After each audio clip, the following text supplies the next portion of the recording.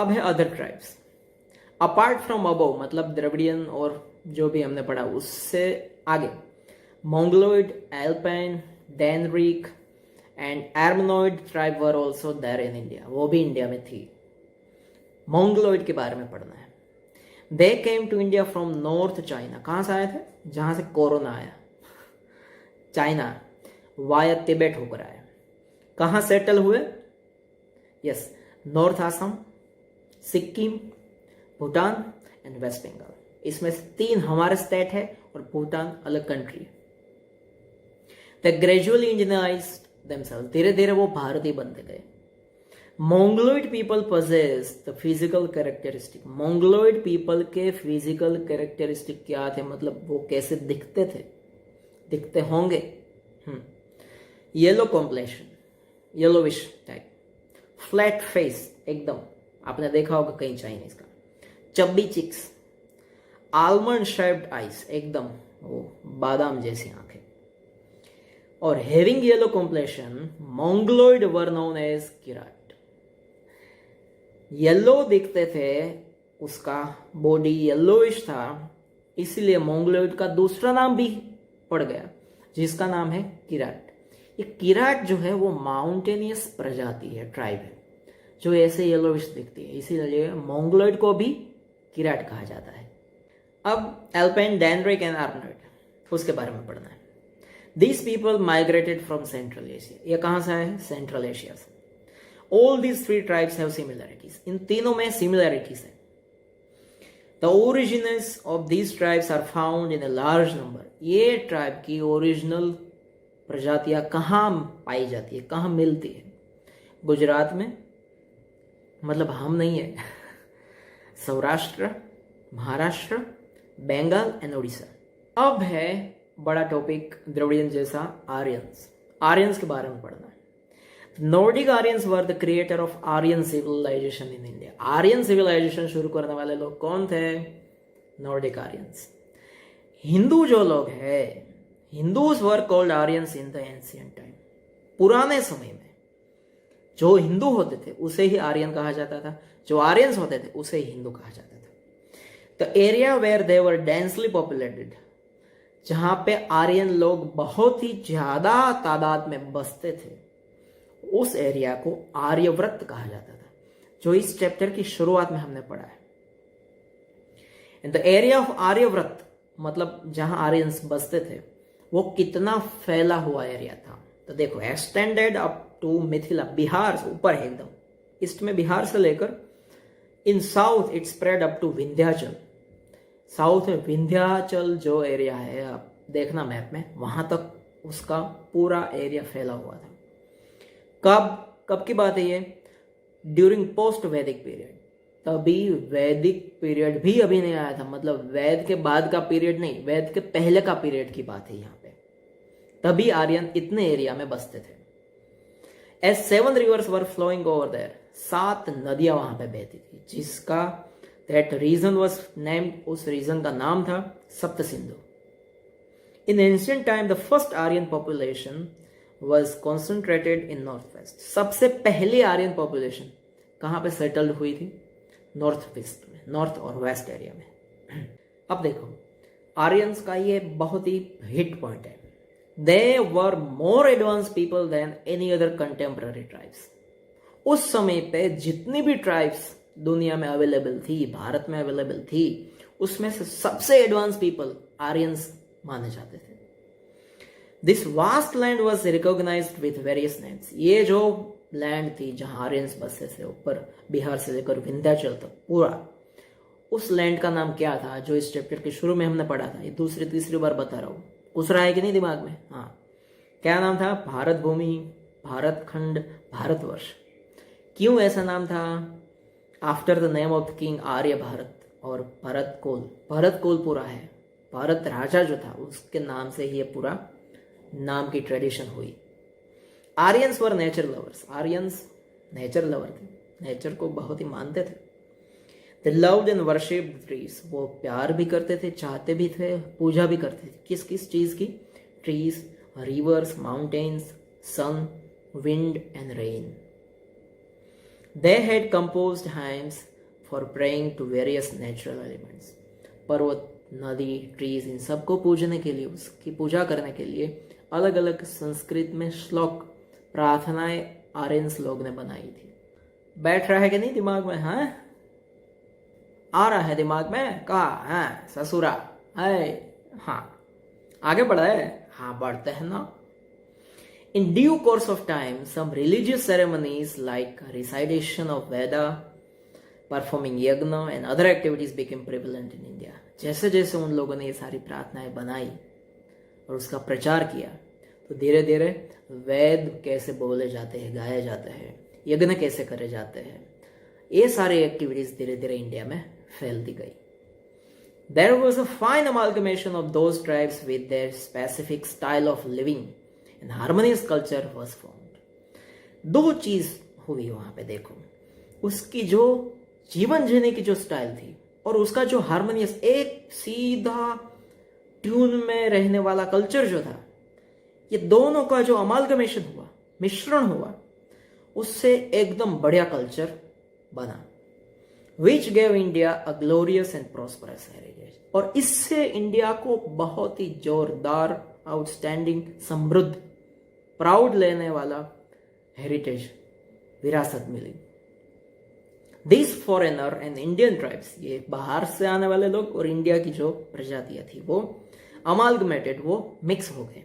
इन सच अ वे, ऐसे मिक्स हुए over a long period of time that they lost their individual identity through intercaste marriages. वो ऐसे mix हुए कि वो ओरिजिनल कहां से थे वो बात ही भूल गए. और उसका एक रीजन था, intercaste marriage.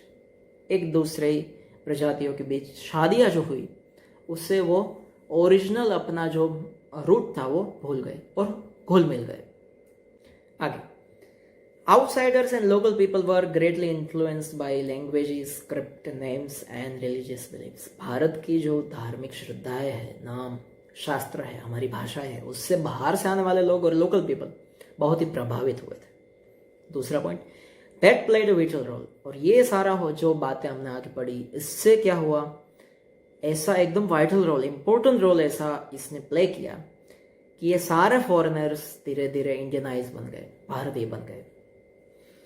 Since ancient times, a composite culture has been created in India. एक कंपोजिट कल्चर बना, सबको साथ रखने वाला एकदम पावरफुल कल्चर बना. They all then became Indians.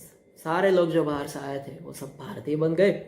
In short, in ancient India, the amalgamation of various cultures enriched Indian culture by making it variegated and prosperous. सारे culture जो बाहर से आए थे वो हमारे कल्चर के साथ मिले और एक नया culture, developed culture, progressed and एकदम वैविध्यतापूर्ण, आउटस्टैंडिंग कल्चर इंडिया का बन गया, मजबूत कल्चर बन गया. अब ये कल्चर तो है, बना था, इन लोगों ने काफी मेहनत करी थी, तब जाके कल्चर बना. अब इसे संभालना तो पड़ेगा, है? पापा यदि हमें 200-500 करोड़ दे दे, ज्यादा हो गया, ओके ठीक है, रहने दो, 2-3 करोड़ 5 करोड़ दे दे, ज्यादा, अब रखो ना, इतना तो रखो यार. तो अब उसे संभालने की बात आएगी ना, वो जिम्मेदारी हमारी होगी ना कि उसे कैसे संभालेंगे, हैं भाई? हाँ, तो यहाँ पे उस कल्चर को संभालने के लिए, उस हेरिटेज को संभालने के लिए कुछ जो कायदे कानून बने, उसके बारे में हमें पढ़ना है. ये पूछा जाता है 2-3 मार्क में, याद रखना. Preservation and conservation of heritage, heritage को कैसे संभाला जाए, उसे कैसे मेंटेन किया जाए. Each aspect of Indian heritage made India eye catching, picturesque and attractive. हर एक इंडिया का जो एस्पेक्ट है, हर एक भाग जो है, वो एकदम आई कैचिंग है. हर एक चीज आप इंडिया में, अभी तो हम तो इस नजरिए से इंडिया को हमने देखा ही नहीं है, वरना हमें पता चलेगा कि इंडिया कितना इस हेरिटेज के मामले में आगे है. अट्रैक्टिव इतना है, पिक्चर्स क्यों है इतना है, आई कैचिंग है, एकदम आप देखते ही रह जाओ. Heritage broad glory to nation. Heritage है वो नेशन को प्राउड देता है, ग्लोरी देता है. India attend the leading position in the world by keeping it's rich heritage protected and preserved. हमने हमारा हेरिटेज प्रोटेक्टेड रखा, संभाला, उसको मेंटेन किया, तो वर्ल्ड के नजरिए से इंडिया इस हेरिटेज के मामले में लीडिंग पोजीशन में है, बहुत ही आगे है। अभी एक्चुअली हमने कितना संभाला है वो तो हम ही जानते हैं। बाकी तो जो भी ऐसे पत्थर या ऐसे कोई बिल्डिंग या पैलेसेस है जहाँ पे भी आप घूमने गए होंगे वहां पे लिखा होता है बाबू लव्स बबीता। अबे यार तू अपना प्यार अपने जेब में रखना, ऐसे ही लिख देते हैं। कहाँ से संभालेंगे, कौन कौन संभालने जाएगा? हर एक की जिम्मेदारी हमारी ही है, हमारी भी है, सरकार की भी है, हमारी भी है। Thus, it is the primary and pious duty of every citizen of India to see that nobody harms the ancient memorials and also to preserve places having historical importance or values. जो भी places है जहाँ historical values और importance जिसका है, उसे हम as a Indian citizen हमारी ड्यूटी बनती है कि हम उसे संभाल के रखें और दूसरों को भी हम कहें कि संभालें। दूसरे लोग आकर उसे खराब ना करें वो देखने की भी जवाबदारी हमारी है as a citizen of India. अब देखो, इन आवर कॉन्स्टिट्यूशन, हमारा जो बंधारण है भारत का, fundamental duties of Indian citizens are mentioned in article 51A। Article 51A में हमारी फंडामेंटल ड्यूटी लिखी गई, एकदम बेसिक ड्यूटी जो हमें करनी है, हर एक सिटीजन को करनी है। उसमें भी आर्टिकल 51A में भी पॉइंट नंबर 6, पॉइंट नंबर 7 और पॉइंट नंबर 9 में ये फॉलोइंग ड्यूटीज के बारे में डिस्क्रिप्शन दिया गया है। तो ध्यान में रहे कि कल्चरल हेरिटेज को कैसे प्रिजर्व करना है, ठीक है, फ्रीज में रखना नहीं है। हाँ, 3 ही पॉइंट है, आसान है। पहला, to understand the importance of our harmonious culture, prosperity and to preserve it. पहले तो हम समझे कि उसका इंपॉर्टेंस क्या है, हमारा कल्चर कितना हार्मोनियस है, एक ट्यून वाला है, उसकी प्रॉस्पेरिटी मतलब समृद्धि को समझे एंड उसे प्रिजर्व कर संभाले।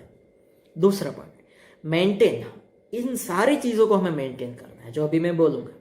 फॉरेस्ट को मेंटेन करना है, टैंक्स मतलब अपनी घर के ऊपर जो पानी की टंकी होती है वो नहीं, वाटर टैंक्स जिसमें पानी भरा होता है, तालाब जैसे बड़े बड़े, हाँ, reverse, ponds and the wild animals and birds along with maintaining the natural environment। इन सबको संभालने के साथ साथ नेचुरल एनवायरनमेंट को भी संभालना है। अभी ये देखो, कोरोना में अलग अलग जगहों से न्यूज आ रहा है कि दूर नजदीक से जो हिमालय पर्वत भी नहीं दिखता था वो अब साफ दिखने लग गया, हवा इतनी आने लगी। मैं ही बात करूँ तो मेरे घर के आसपास मैं रेगुलर यहाँ पे रहता था तो कभी बर्ड्स की आवाज इतनी नहीं आती थी। अभी दिन के कोई भी टाइम पे मैं सुनना चाहूँ तो बर्ड की आवाज आती है, चिड़िया आने लग गई है। तो फिर नेचर को पता है कि उसे क्या करना है। एक छोटा सा वायरस छोड़ दिया, सारे घर में घुस गए और एनवायरनमेंट इतना क्लीन हो गया। ये ऑटो क्लीनिंग सिस्टम है, तो इसे संभालना है। To show compassion for all the living creatures, जो भी जिंदा क्रीचर्स है उसके प्रति हमें दया भावना दिखानी, उसे मारना नहीं, उसे भी संभालना है। वो भी एक पार्ट है लाइफ का, जैसे वो हमें रख रहे हैं वो भी वैसे हमें भी उसे रखना है। The protection of public property, public property का भी प्रोटेक्शन करना है। And giving a violence, violence छोड़ देना है, हिंसा छोड़ देनी है।